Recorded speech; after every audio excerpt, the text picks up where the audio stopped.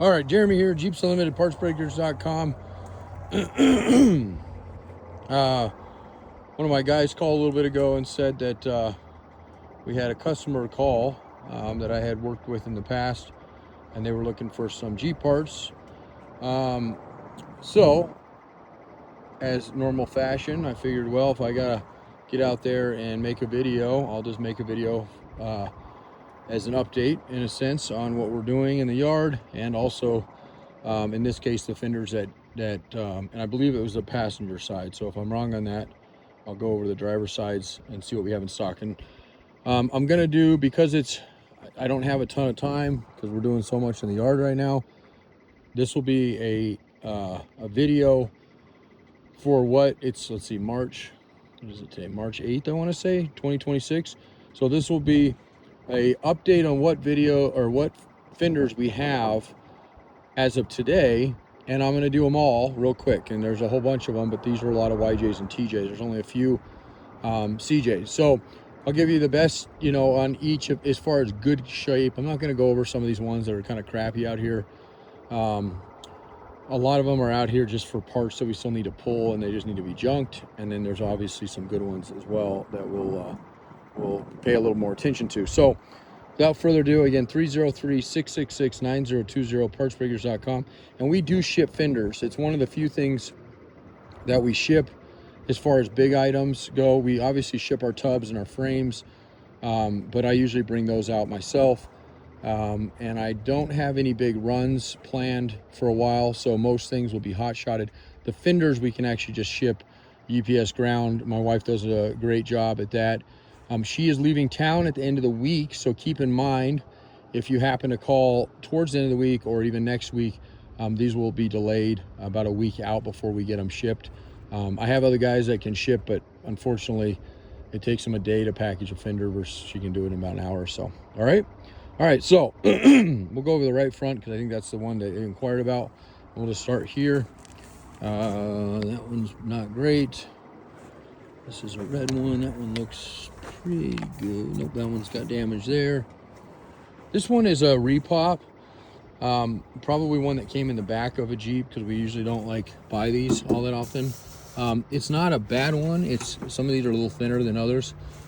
It's definitely not as thick, and that's one of the reasons I don't like the repops, but it is a right front fender. So if it's something you're interested in, you know, you'll actually save money on something like this versus OEM used.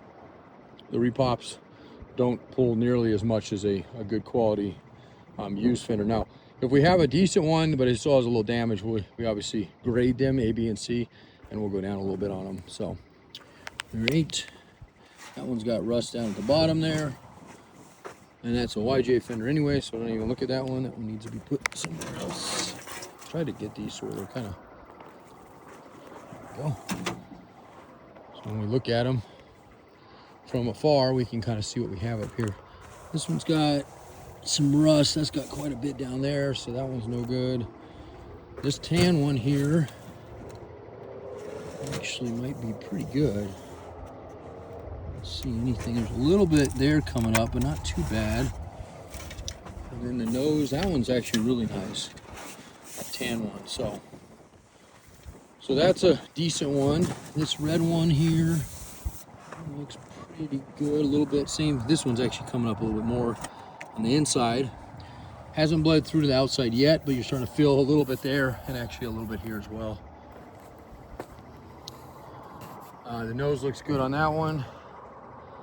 This black one here feels pretty good. That black one's actually in pretty good shape too. That's probably an A, and that's probably an A as well.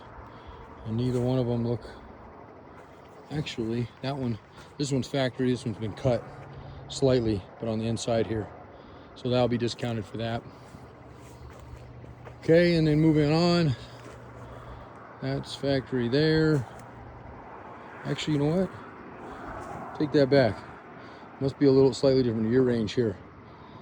You see the cut out here? It's exactly like that one, so that one hasn't been cut. But look at here. So my guess is there's a year split from an early to a late, and probably has to do with the narrow track versus wide track, because the shock towers changed on them. So we'll look at the one up front and verify which ones are which, but one of these is early, one of these is late. So keep that in mind, or look at yours. This one's kind of a navy blue, and it's been repaired here. I'm not sure why. Oh, maybe that, there you go, a little bit of rust there coming through. So that's usable, and but still has, you know, some rust issues. Definitely not the worst one out here, but not the cleanest one either. That white one there.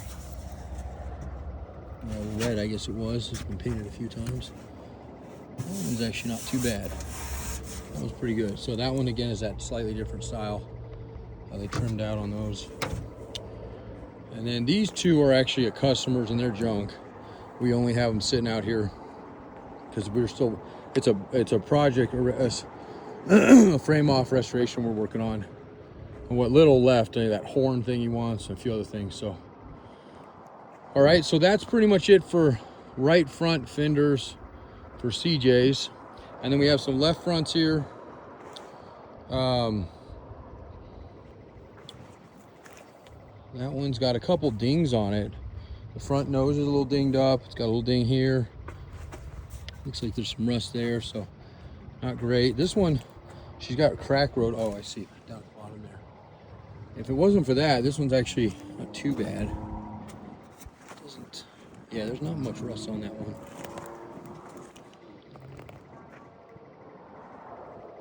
And then this one looks to be pretty good here.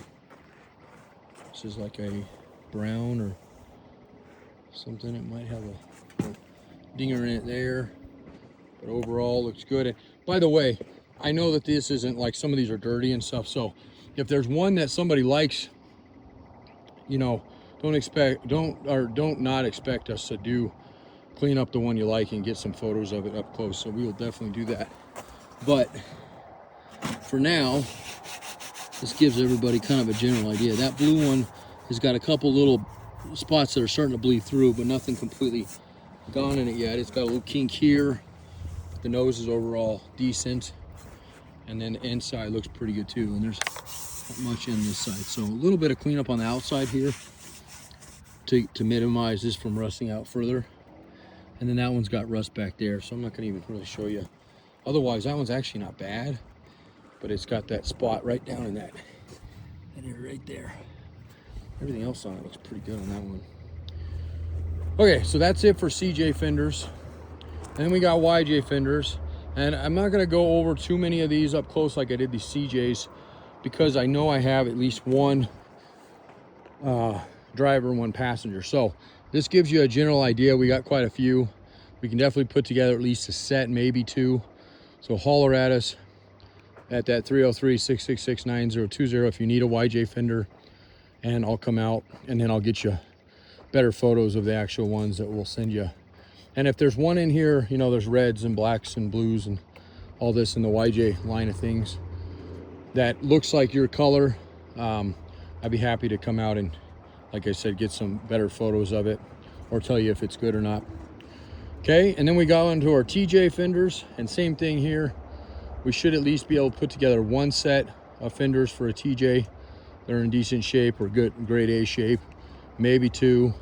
Now you might say, well, look at all those fenders. You have a ton of them. There have to be more than that. Well, not necessarily. I mean, you know, like this one may not be terrible. This one might be pretty close to being an A, but it's still got a little dinger there. This is kind of wallowed out, and everything else looks okay on that one. So that would be like a B grade because of those things.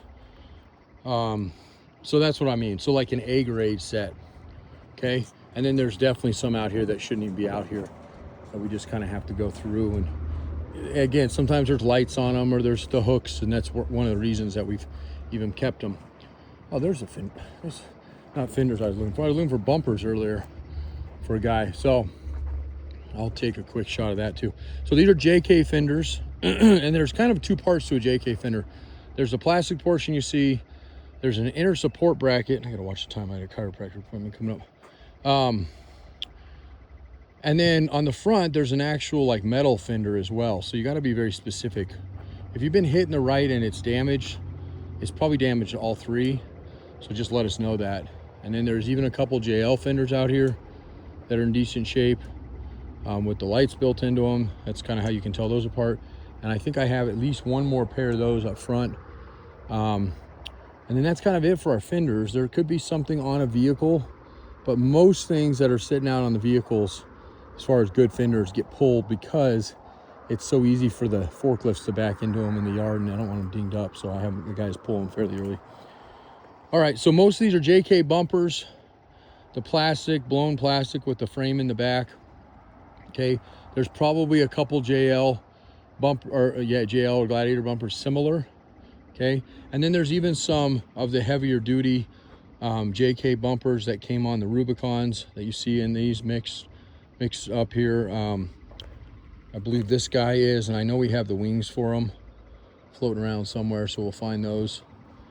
But I also believe that we might have a JL bumper or a Gladiator. So in here, we definitely have one in the yard because I just got a Gladiator in. So I'll compare and figure out. And I only say that because all of these came off of takeoffs, or excuse me, off trades.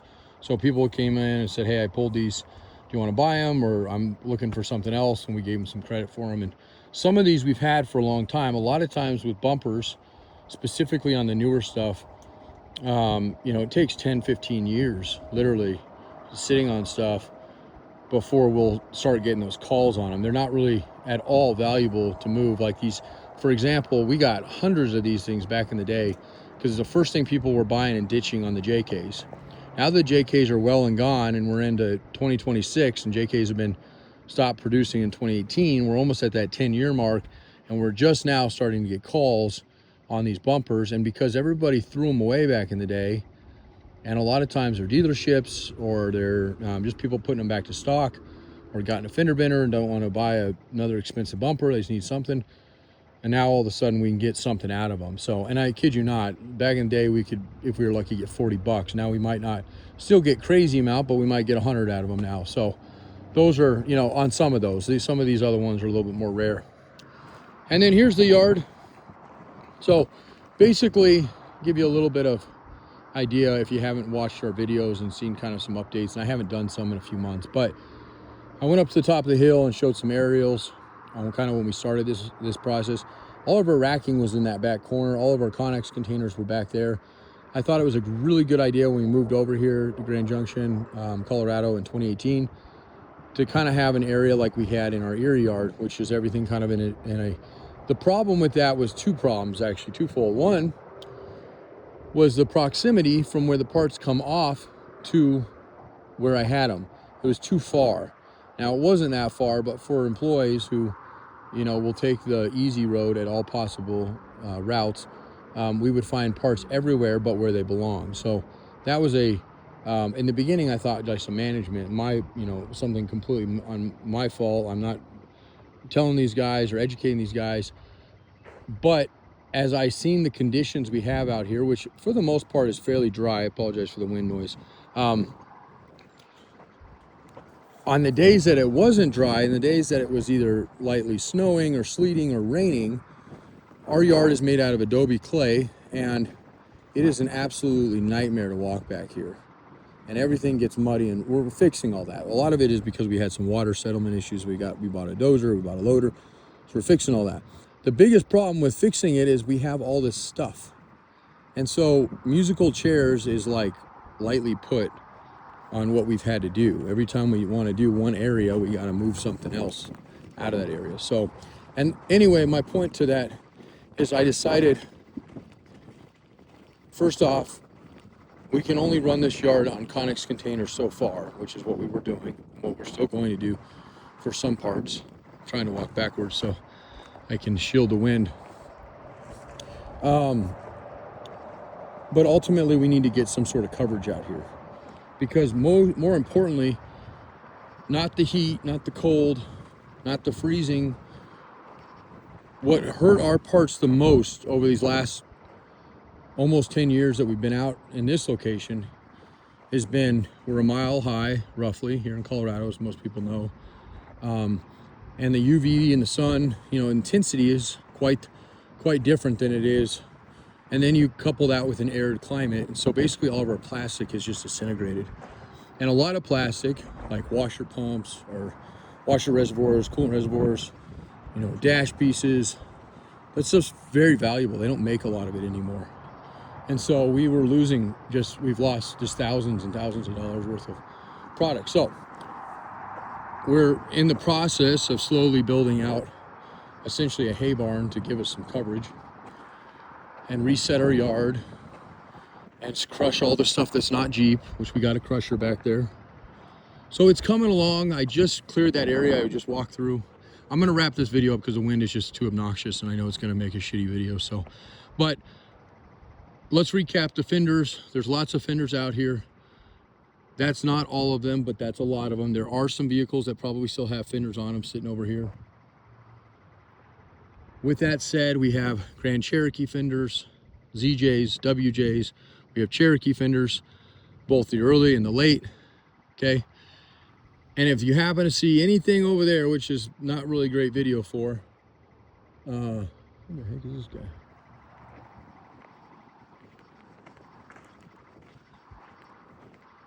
I gotta walk out because there's some stuff back here we didn't want customers back here on. We usually let them walk with me out here, but unfortunately, we have had too many times in the past. They'll come out, they'll have a pair of wire nips, and they'll cut, you know, a pigtail off of a harness. That's a $600 harness. So anyway, Jeremy here, JeepsUnlimitedPartsBreakers.com, 303-666-9020.